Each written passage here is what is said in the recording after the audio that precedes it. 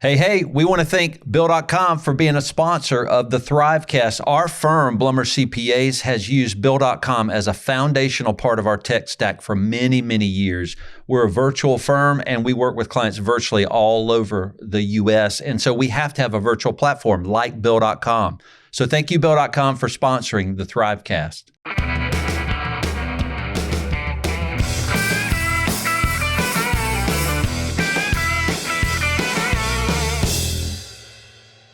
Hey, everybody. Welcome to another episode of the Thrivecast. We are really excited to bring great guests on the show. We do that every month, and we've been doing that I think we're in our 12th year of running this podcast. So it's really exciting. All the great guests we get to bring in and teach us how to run firms in very creative and consultative ways. So the guest we have today is Greg Crabtree, and that's a name a lot of people have heard. So he's a serial entrepreneur, financial expert, did start his own firm, Crabtree, Rowe, and Berger, a while back, and then they merged into Carr, and Ingram, a top 20 firm.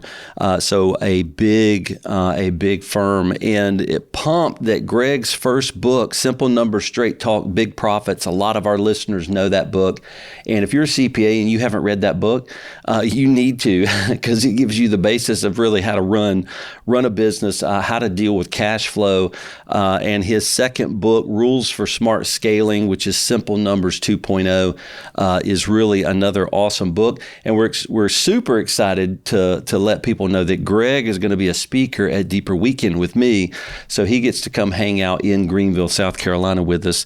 And there's so many other things to his bio, but we need to jump in and find some time to answer some questions. So Greg, thanks for being on the Thrivecast with us. We appreciate you coming on, man. Yeah, thanks for having me. Glad to be here, and look forward to the discussion. Yeah. So I think you're at a client site. So you're out doing what we all do every day. So you're also writing books. So when you talk, you're actually you're walking the talk that you're going to be teaching us at Deeper Weekend. So we're really excited about that. Yeah, so sometimes that's a daunting thing as well. When you have to eat your own cooking sometimes. So. I know. Well, that's what my partner and I, when we consult with people, we say, hey, we're entrepreneurial consultants, which means we're doing we may have just fired somebody yesterday. So we're doing what you are calling us to do with you. So it makes us more valuable. So Greg, you have been in the CPA profession a long time. How many years have you been doing this? I got out of college in 1978. So, and started a year. Yeah, I spent a year in Birmingham with a firm that was had a couple of offices in Alabama, and I was questioning my sanity that first year. And it's like, what did I sign up for? Because as a kid that grew up on a chicken farm, I picked accounting because my mom had high respect for the person who did her tax return.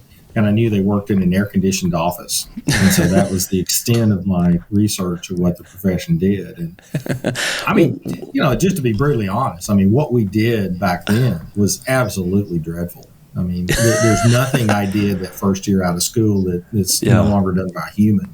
Yeah. So the good news is we at least automated, some of those mindless tasks and in that. But it really kind of made me start to question, what can I do with this? And you go through all the perfunctory beginnings of the profession of passing the exam and learning the rules but somewhere I was just really fortunate that throughout my career, I left that first firm and got hired by a client that was a bank. Spent 3 years as a controller.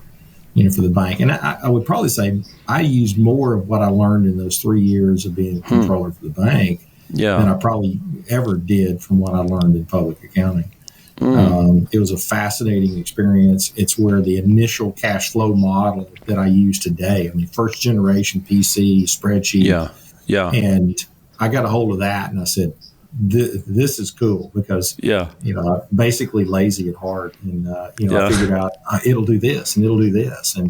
And because I was so fascinated with it, I actually worked more hours for the bank that nobody told me to work than I did for the CBA firm. Because I was just having a ball trying to figure out, cool things to do with this neat tool.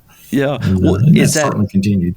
Is that why you got into, I guess, what we'll formally call consulting, which is going to be what we're going to talk a lot about at Deeper Weekend? We're going to talk about consulting and defining that. So what got you into now consulting, which the way we look at it, advisory is kind of a step into that, which is what our profession is still trying to define, even that phrase, advisory. But advisory, turning numbers into making sense, and then, insights that change people. Consulting goes even deeper. What took you down the road of consulting, or did you know you were even consulting at that time?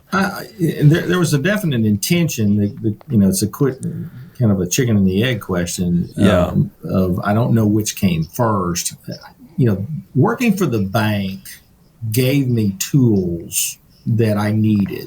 But after 3 years, I took a bank that reliably, my predecessor, who was a banker, not an accountant, he delivered bad data the day of the board meeting every month. Oh, that man. Constantly was changing, and the board would ask questions, and everybody had some sketchy, questioning of the numbers. Within a few months, I was delivering a full board package by noon of the first day of the month. So, and the thing was, it was all about figuring out the process of going, well, there's got to be a better way. And so to a certain reason, I don't know if people are familiar with the concept of the why assessment. And so there's some people who've done some research on kind of what's your personal why, and it's tied into Simon Sinek's book Why and these things. And there's 9 whys that in mine, every time I've done the test a couple of times just to confirm it, but overwhelmingly my why is to find a better way. I am not satisfied if something can be done better. It's like, doggone it, let's we need to do better than this. Yeah. And that was kind of generally my frustration with accounting, because I'll tell you, when I look at what we sell people as an opinion financial statement in this industry, we should feel bad about that. No, it's bad, because there's got to be a better way. And but what got me into consulting, though, was having discussions with clients that I was fortunate enough to get successful clients, and I was fortunate enough to get unsuccessful clients. Yeah. And tried to look at the two. Why did this person succeed and this person didn't? And yet, when I started to study my successful entrepreneurs, they were successful in spite of data, in spite of accounting.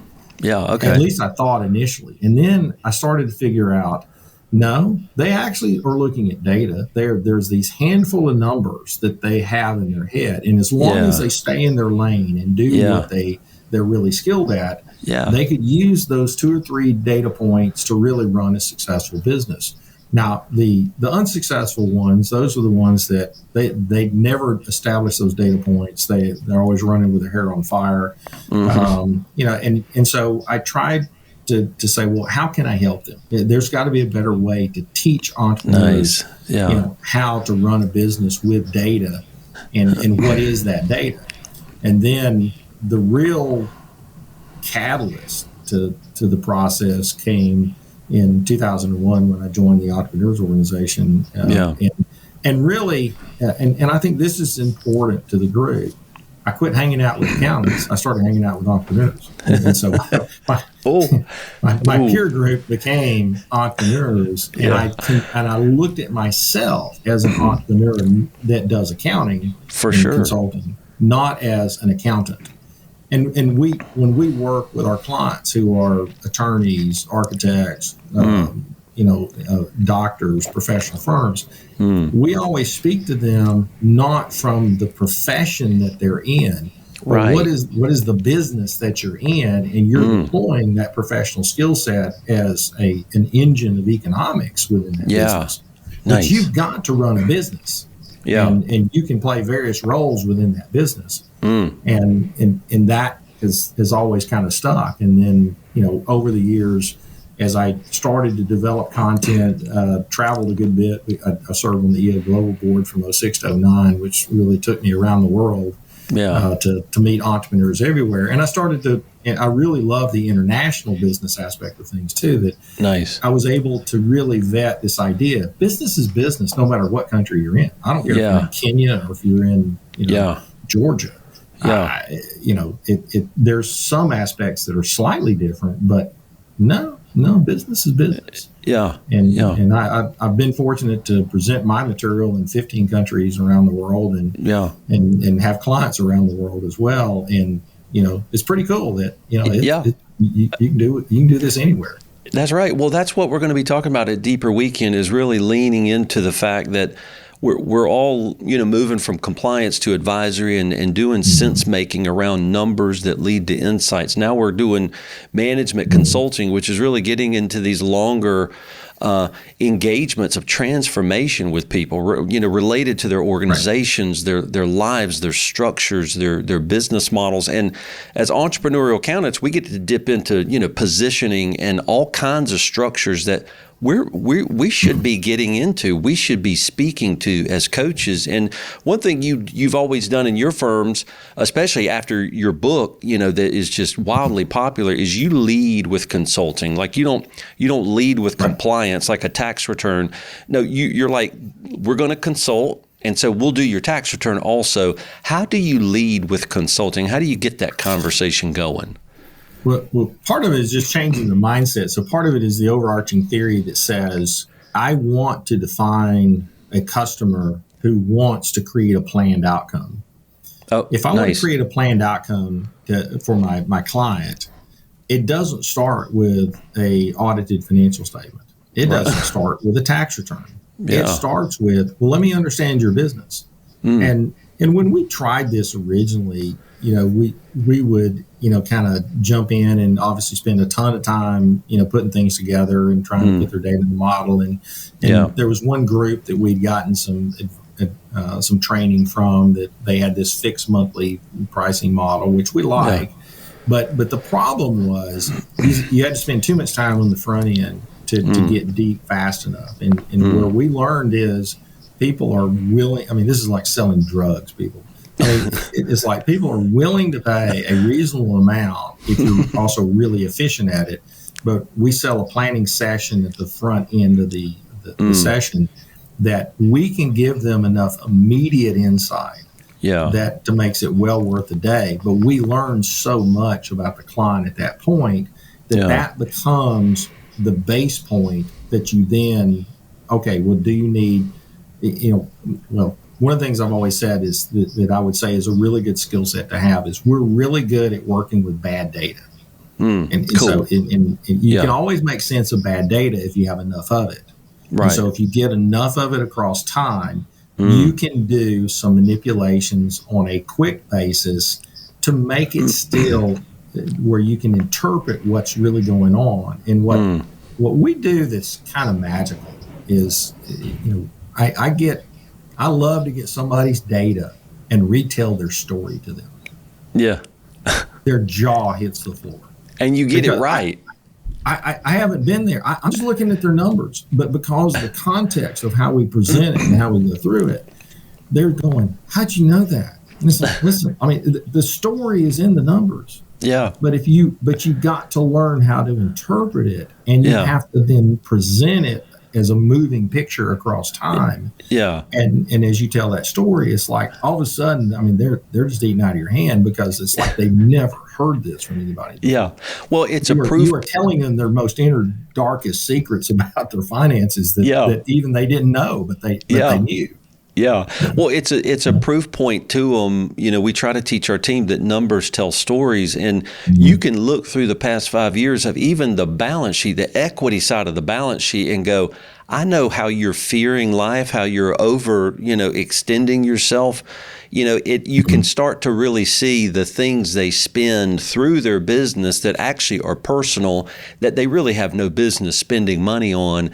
And you can start to even identify, you are fearful of this, you struggle with this. And so I'm wondering, in consulting, like if you were to equal it to 100%, what percentage is data, numbers, accounting? What percent is psychology and reading people and coaching? Like, is it 50-50 or is it lean more towards the psychology of the entrepreneurial person?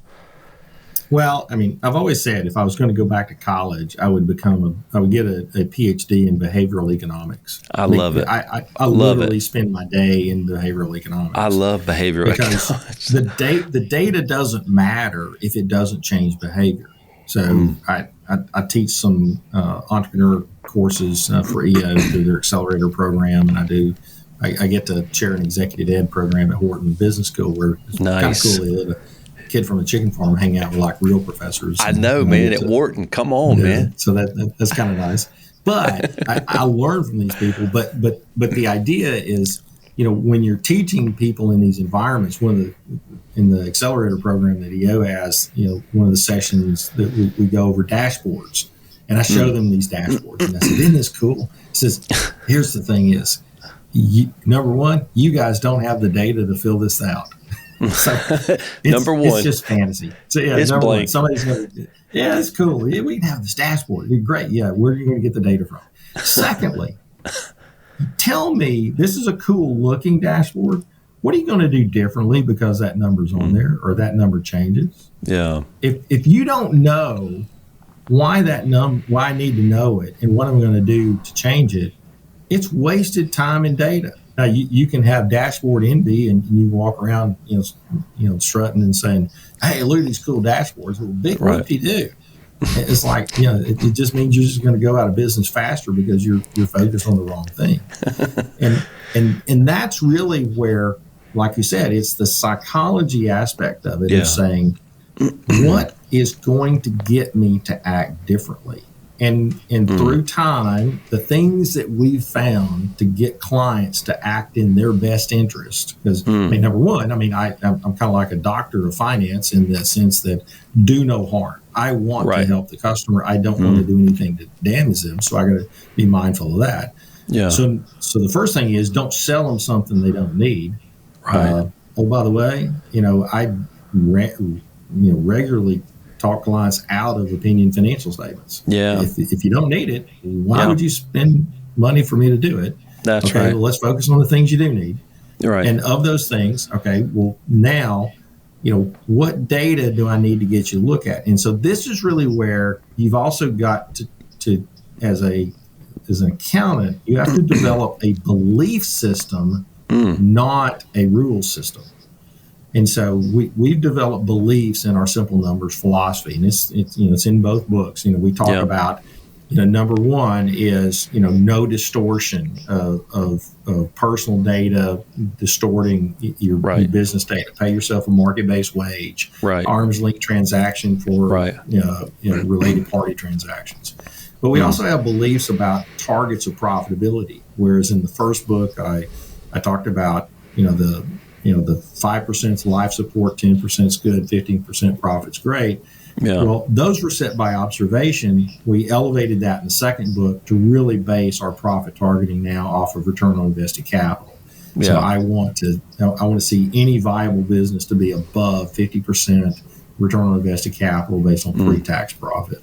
Yeah. And so setting those parameters really helps that entrepreneur act emotionally on it, because I'm not giving them that's okay.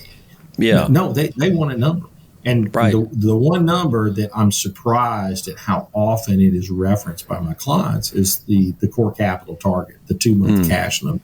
Yeah. That has been enormous to get our clients to get off of debt, especially the line of credit debt. Now, I'm okay with term debt if you're buying a piece of equipment or something like that. Right, yeah. But getting people off of that, off the line of credit debt. Living off of a line of credit. Finance. Yeah. When you can give somebody a specific target, it is amazing to see their behavior change. I love it. And those are cool. That's cool. Real quick, Greg, let's take a break for a sponsor message real quick, and we'll be right back. The truth is, you can't grow your business if you keep doing everything on your own. You have to learn to delegate. And our friends at Belay want to help. Belay is an incredible staffing solution for growing businesses. They've got a network of U.S.-based bookkeepers, virtual assistants, social media managers, and website specialists ready to serve leaders just like you. To help you get started, Belay is offering their book, Delegate to Elevate, for free to the listeners of the Thrivecast. In this book, learn how to reclaim time by delegating to reap its most powerful multiplying benefits. To get your copy, just text the word THRIVE to 55123. That's THRIVE to 55123. And in no time, you'll be back to doing what you do best, grow your business. This is cool, Greg, when you're leading by beliefs. A lot of times we'll tell our team, our clients are required to consume the value we output, and it's like we can't sell something that a client's not going to take in, come to the meeting, be interested, look at it, go change their behavior. If they consistently don't participate in their own transformation, you've actually gotten the wrong client in the door. That's, you got to go back to the foundation, But how do you, so in consulting, let me ask you this, how do you, a client can't often come and say, hey, there's consulting I need you to do. They know to ask for a tax return. So how do you sell something to a client they need that they don't know to ask you to purchase from you? How do you do that? Well, the nice thing is you hire a guy named Mike Maxon, to work for you. So one of my partners, he's now a partner. In the early days, it was me. And so I was the classic bottleneck because as you said, I'm sitting on the client side. I spend my day, I really do mostly three things. I still interface directly with clients to a certain degree because to me, that's the laboratory. That's where the next new idea comes from. Oh, yeah. They're always, kind of, popping out, here and there. Second thing, I do speaking events, to help promote the firm. Yeah. And then, the third one is I do I'm still the partner in charge of our office, but that's probably the least amount of time, that I spend on it. Yeah. And so I would say I'm probably, 20% firm management, 40% marketing, 40% actual client service. Okay. Now, the problem is that, so one of our core tenets that we talk about in simple numbers is all labor is the most important element, most important lever that you have to create profitability in business. So labor must gravitate to its highest best value. So whether it's you, your team, everybody's got to work at their highest possible value rate the most amount of the time and avoid being busy by working down rate.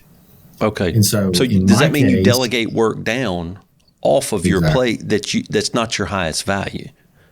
That's right. Absolutely.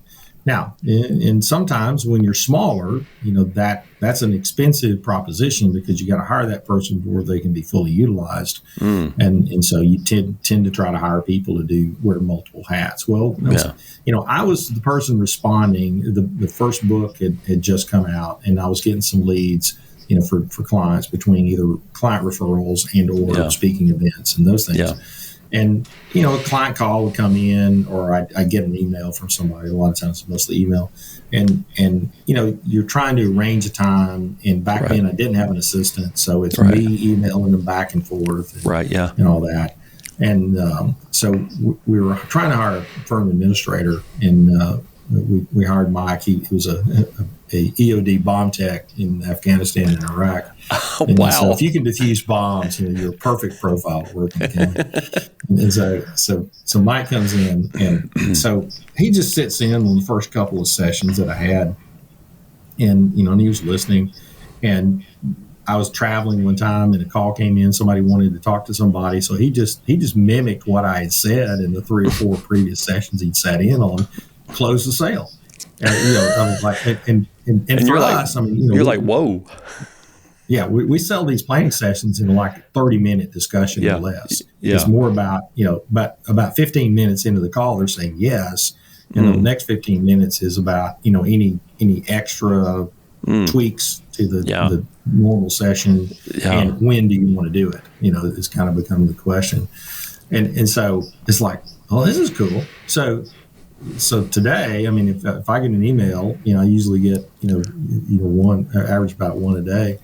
I just respond to them and say, hey, great to reach out. I'll have Mike Maxson reach out and schedule a time, do a call. And I am on maybe 1 out of 20. Yeah. And so he'll have about, he'll easily have about 300 of these discussions a year. Yeah. Yeah. Out of those, we'll select about 100 of those to be new clients. Yeah. And that process works nice. And that comes from, just because of capacity constraints, I don't want to poke the market. We don't actually we could do a lot more to generate more demand.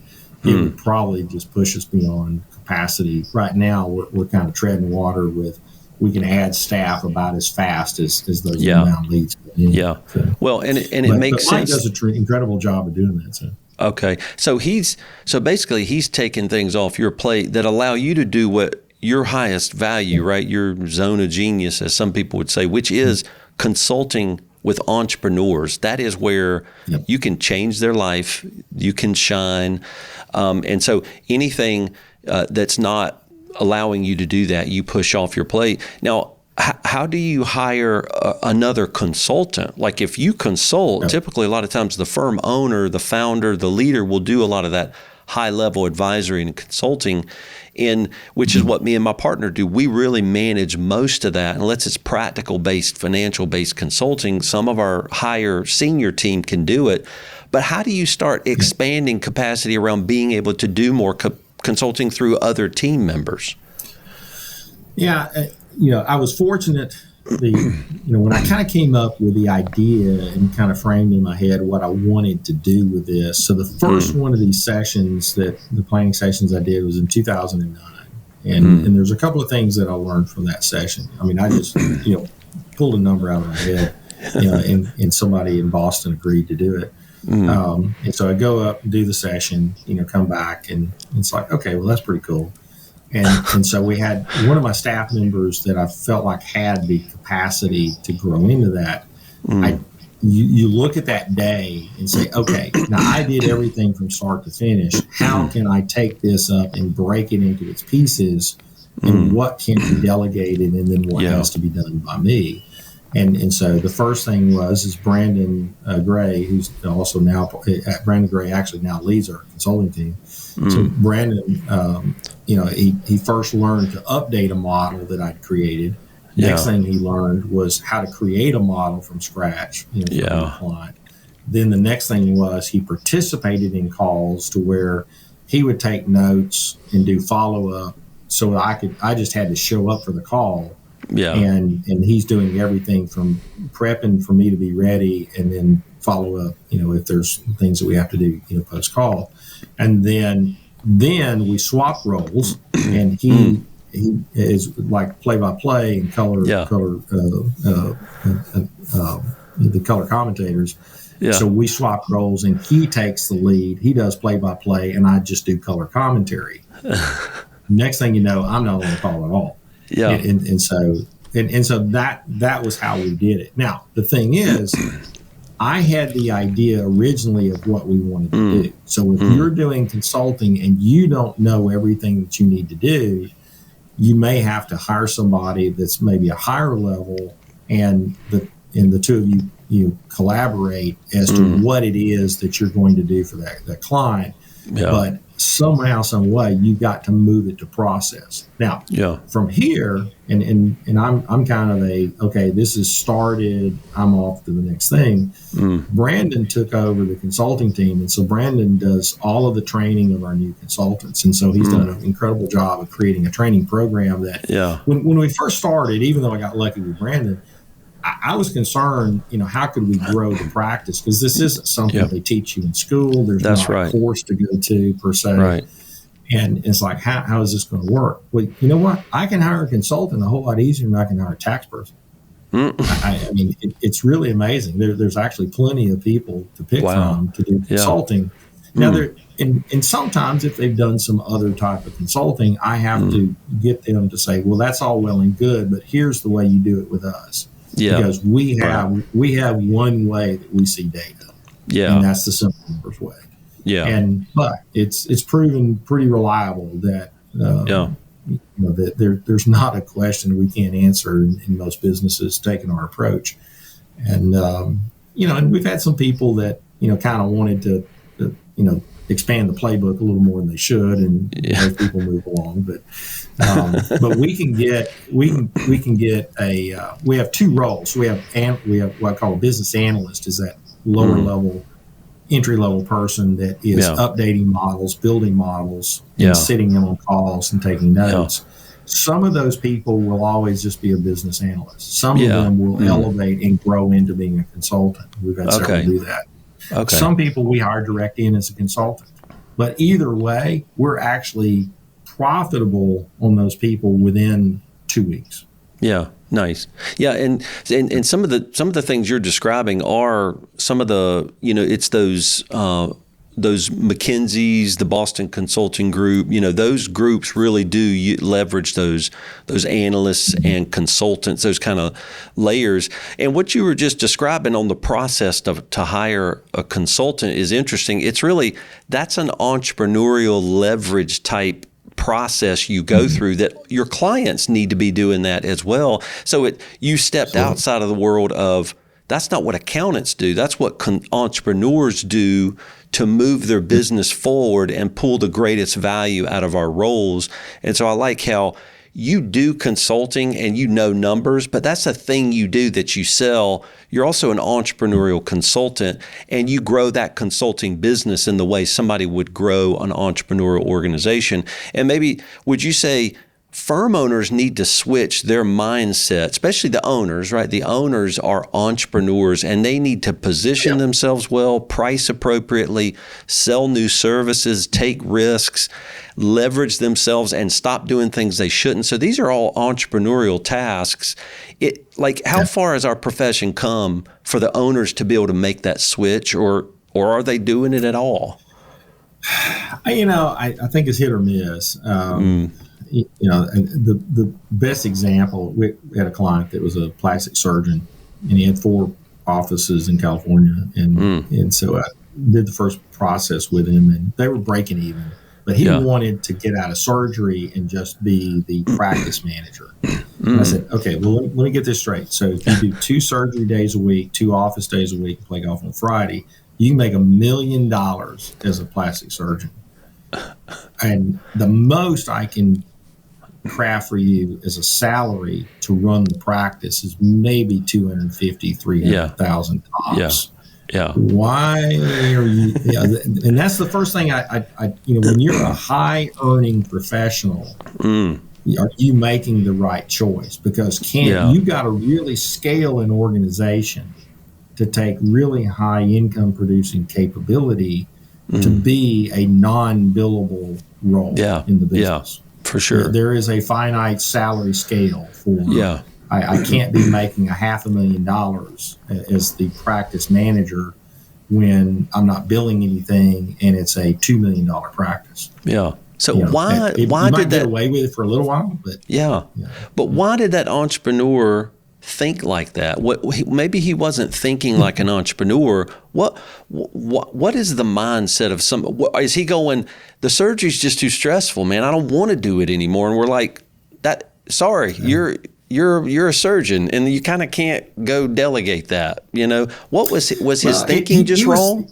Well, he was kind of fascinated with business, which I get it. Okay. But the funny thing was, he actually was quite good at marketing. The thing was he had a 60% close rate for service, and all of his other doctors had 35%. And I said, well, the easiest thing to do to fix make you very much more profitable is you need to do all the presentations. Because these other doctors they suck at it. Which, this is an important point that people need to understand. And he says, oh, well, that's just not how it's done. He says, well, who made that rule? I said, the person's asleep when they're having the surgery done. They don't know who's working on them. I mean, you can tell them, but it's like, listen, I mean, marketing is a distinctly different thing than the delivery of the service. And so now, and this is my complaint with the profession in general. In the profession in general, we believe in book of business. Yes, I am anti book of business. That's bad, man. Now, our firm kind of believes in that we're merged in with, and I can't change that. But for our office, every client's a firm client. Yeah, I don't, Now, granted, I was probably the catalyst that brought in 90+% of it.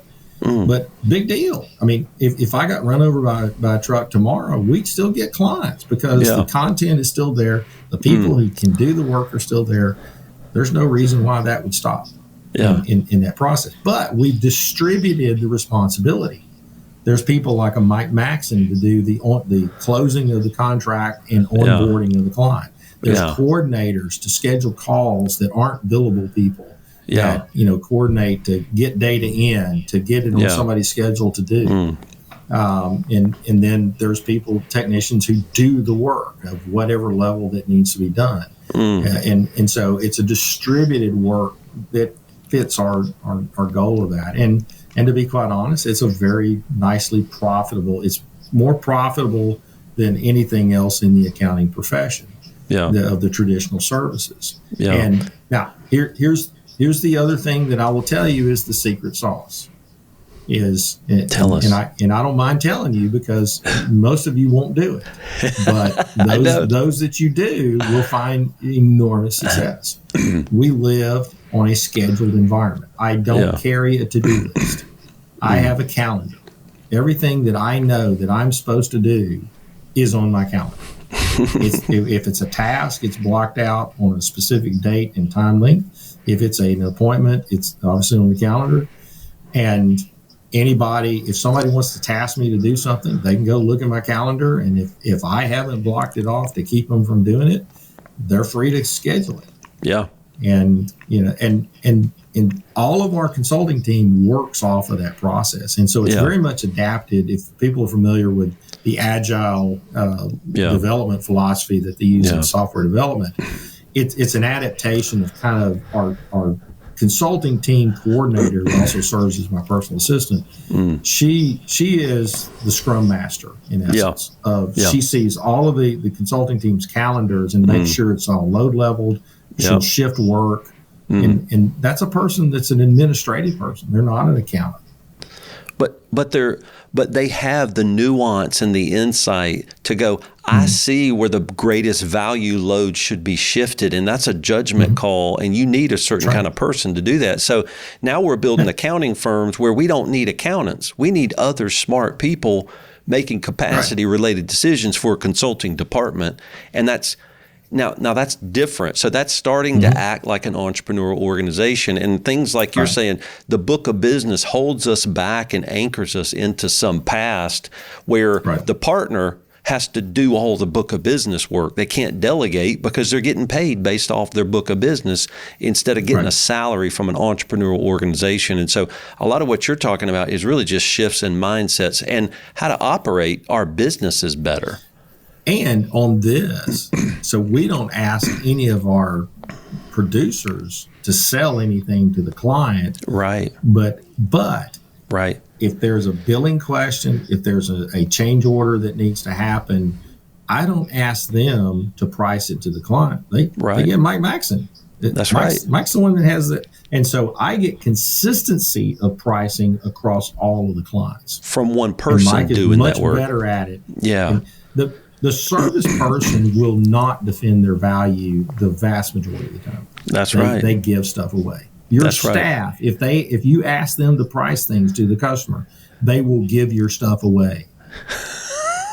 Don't do it. Well, they're technicians, and you want them. You need technicians. You want them to be, and you have senior, junior, brand new technicians. You have all kind of levels of technicians, but business-related efforts of pricing and marketing don't necessarily have to be done by accountants. But I think our profession has had us do everything, and we need to start hiring people that run businesses better than we do or help us. It's an incredible waste of that person who should be billing. Now, the thing is, if that person doesn't want to be billing anymore, now I can't say that I blame them if they're doing traditional work, but I kind of like what I get to do every day. Yeah. So, I mean, I'll turn 65 this year, but I have no designs on stopping what I'm doing, because it's fun. Yeah. I mean, I may be talking about, inventory, questions with my client that I'm on site with today, but we're having fun with this discussion because I'm helping them take data, correlate it, and then what are we going to do based on that correlation of data of the things that we figured out? Yeah. And that's fun. Yeah. Oh, yeah, it changes people. Well, let me ask you some other questions about running a consulting practice. And we're getting close to time here, but if a firm wants to move towards more of what you say is a productized consulting basis, what do you even mean by productizing your consulting? I think I've been hearing you talk about it, but really explain practically what you mean by that. Well, I mean, just think of it as, you have to establish a playbook of saying, these are the things that we believe in, that we've got demonstrated capability, that we know it works, it creates results. And I can reliably price it on a fixed price basis and control the scope to know if I go outside of that scope, okay, raise your hand, that's a change order. Do you really want us to do that? Yeah. Or I can stay within the scope. I mean, pricing theory is really simple. The highest potential profit is when you bill on a fixed price basis, and that you scope correctly and you manage to the outcome. Right.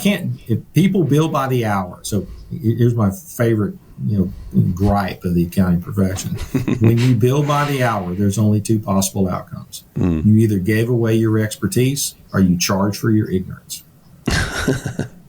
That's the only thing that can happen by billing by the hour.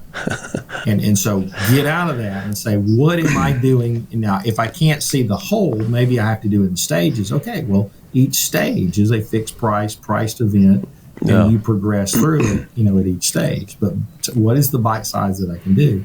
Well, what you find is we keep, all the accountants who want to tell themselves that they're consultants, it's a random pot of stew that it's like it could be 1,000 different things. Like, no. Focus in on what matters. That now these other, you can do these other things as kind of side things, and we have some consulting products that we do that's outside of our core. But the simple numbers consulting, we have it defined that the only thing that really drives the price differently is, are we coming to you for a day? Are you coming to us for a day? Or are we doing it over some remote sessions? Yeah. And that gets it productized. Yeah. Secondly, I will tell you that every client that we had in 2009 that we still work with today has still never bought this service because they knew us in a different fashion. Oh, I see. Yeah. If you're successful in selling it to existing clients, good on you. I mean, that's great. It's going to be really hard because they know you in a different way. That's right. And so the idea is it becomes a process to start growing, to say, this is now how we're going to do it. And every new client that comes in, they're going to do it this way or else they won't be a client. Yeah, I love it. Well, let me ask you one last question is, and I'm with you, moving away from billing by the hour. We probably haven't billed by the hour in a decade or more. What that does is it steps accountants outside of how they think, which is very linear, right? They want to calculate a price. They want to multiply that times that and go, I'm right. I just did a calculation. I know the price is right. And so pricing by the hour locks them into that. When you step into this world of value-based price, and as well as I do, that price can be anything we dream up or think up based upon the value we're providing. How do you give comfort to an entrepreneurial consultant who's running an accounting firm, and help them know the price can't really be calculated? It's a judgment based upon how we feel, and it's something we get to choose to want to be paid if that client is willing to do it. Like, that's very uncomfortable for a lot of people. How do you help them with that discomfort? Well, I mean, I think you kind of start off with, you also have to get the market to accept. So I'm very much a market pricer. So it's not about the hours. Hours is a cost measure. It's not a value measure. And so now over time, you got to look at it and say, I have to create enough margin to survive and cover my overhead and make a profit.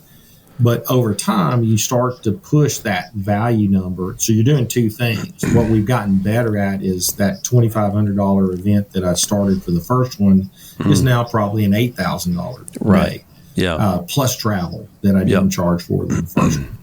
But we've also gotten much faster at it. Our processes have gotten better. Right. And our intellectual property value of the things that we know from all the data sets that we see just add incredible intangible value that just really makes the client relationship sticky when that's a client that really needs what you're doing. And so I think it's just one of those things that you have a starting point and you just keep pressing and finding the edge. Yeah. Where's the edge? Where's the edge in that process? The other thing about hourly, though, is you're giving up control of the outcome if you bill by the hour, because the client is more driving the interaction with you instead of I'm selling you a solution and I'm driving the interaction. Yeah. I'm prompting you to get your data each month. I'm prompting you to do the call. I'm prompting you to get your data to do a tax estimate and cash flow planning for estimated taxes. I'm prompting you to close your books timely. And I'm prompting you to clean up the mistakes that are on your books that we see from the consulting data. That hey, you're not doing revenue recognition correctly, and you're causing problems for yourself. And so when you're doing it from a product standpoint, you're much more proactive than reactive, I think. And you lose a lot of your value when you're reactive. The client starts to project manage you, and they lose respect sometimes and don't perceive value in trying to manage you and your technical team. There's plenty of times they look at, you might spend an hour on something. I'm not paying $200 for that or $500 or whatever the number is. Right. It's like, well, it's not, I had to do that, but, and you're just negotiating from a point of weakness when you talk about hours. Yeah. This is great. Yeah. And I guess what we have to do as consultants is we need to stop talking about $200. We need to have conversations up front and start selling things for 10 grand and wrestle through that with that client and promise them and, be put on the hook to take the responsibility to deliver 10,000 level of value to that client and start to transform them. When you put yourself in that place, it forces you, right? Because you're going to show up to a client on site and boy, you're going to prepare. If they gave you a $10,000 check, you are going to make sure you spent a lot of time so you don't look like a fool when you walk into their office. Well, I think most accounting firms, if you did the Pareto analysis, if you do stack rank all your revenue by customer and you take what's the top 20% customers. Yeah. What does that 20% level customer pay you a year? Yeah. And you're going to be 80% of your revenue is going to come from 20% of your clients. Yeah. Well, under our model, that's not the case. 80% of our revenue, comes from probably, about 40 to 50% of our clients. We have a much flatter client revenue curve. There's no one whale. There's no one client that is significant, significant to us. I wouldn't want to lose them, but it's like, okay, all right, have a great life. Yeah, and I love it. There's somebody that wants that slot and lets you leave anyway. So yeah, very cool. Well, Greg, we're done. We've taken all your time, and I cannot wait for you to come hang out with us in Greenville. Everybody's going to be super excited. Like, what one thing as you're talking to an accounting firm owner right now that's listening, like, and they want to become an entrepreneur? What's the first thing you would tell them to do? Read your book. I think. I always think the first illumination is look at your own practice, because you have a business. Are you actually running your business under an entrepreneurial mindset versus a practice mindset? Yeah. And I would say that, until you can run your own business as an entrepreneur and not as a practice per se, you're gonna struggle with the entrepreneurial consulting world. You'll be able to give consulting in some some narrow technical expertise. Yeah. But and you'll be able to do what people. I don't consider consulting what like fractional CFOs. Yeah. We do not refer what we do as fractional CFO work. Now the thing is, what we do eliminates the need for a fractional CFO, but it goes way beyond that because it really is a cohesive understanding of here's your business model and here is your wealth building engine. Yeah. Do you have a green light to grow it? Do you have a warning light that you need to fix it? And based on the market conditions, what are your plans? And our clients look to us for a lot of guidance as to where do we see the marketplace going for their industry. Yeah. And because we work, we're not geographically dependent. My clients are all over the U.S. and some international as well. We get a lot of data points to be able to weigh into our clients, and they rely on us to give them some guidance. Yeah, I love it. Well, cool. Thanks, Greg, for joining us on the show. And listeners, we want to let you know we have a growth, Why Growth Matters book that you can download, and you'll see in the show notes, and it'll help you understand a lot of principles about growth in your firm to start applying a lot of these things. So we can't wait to see you at Deeper Weekend in October. Thank you for listening to the Thrivecast. We'll check you next time. Take care.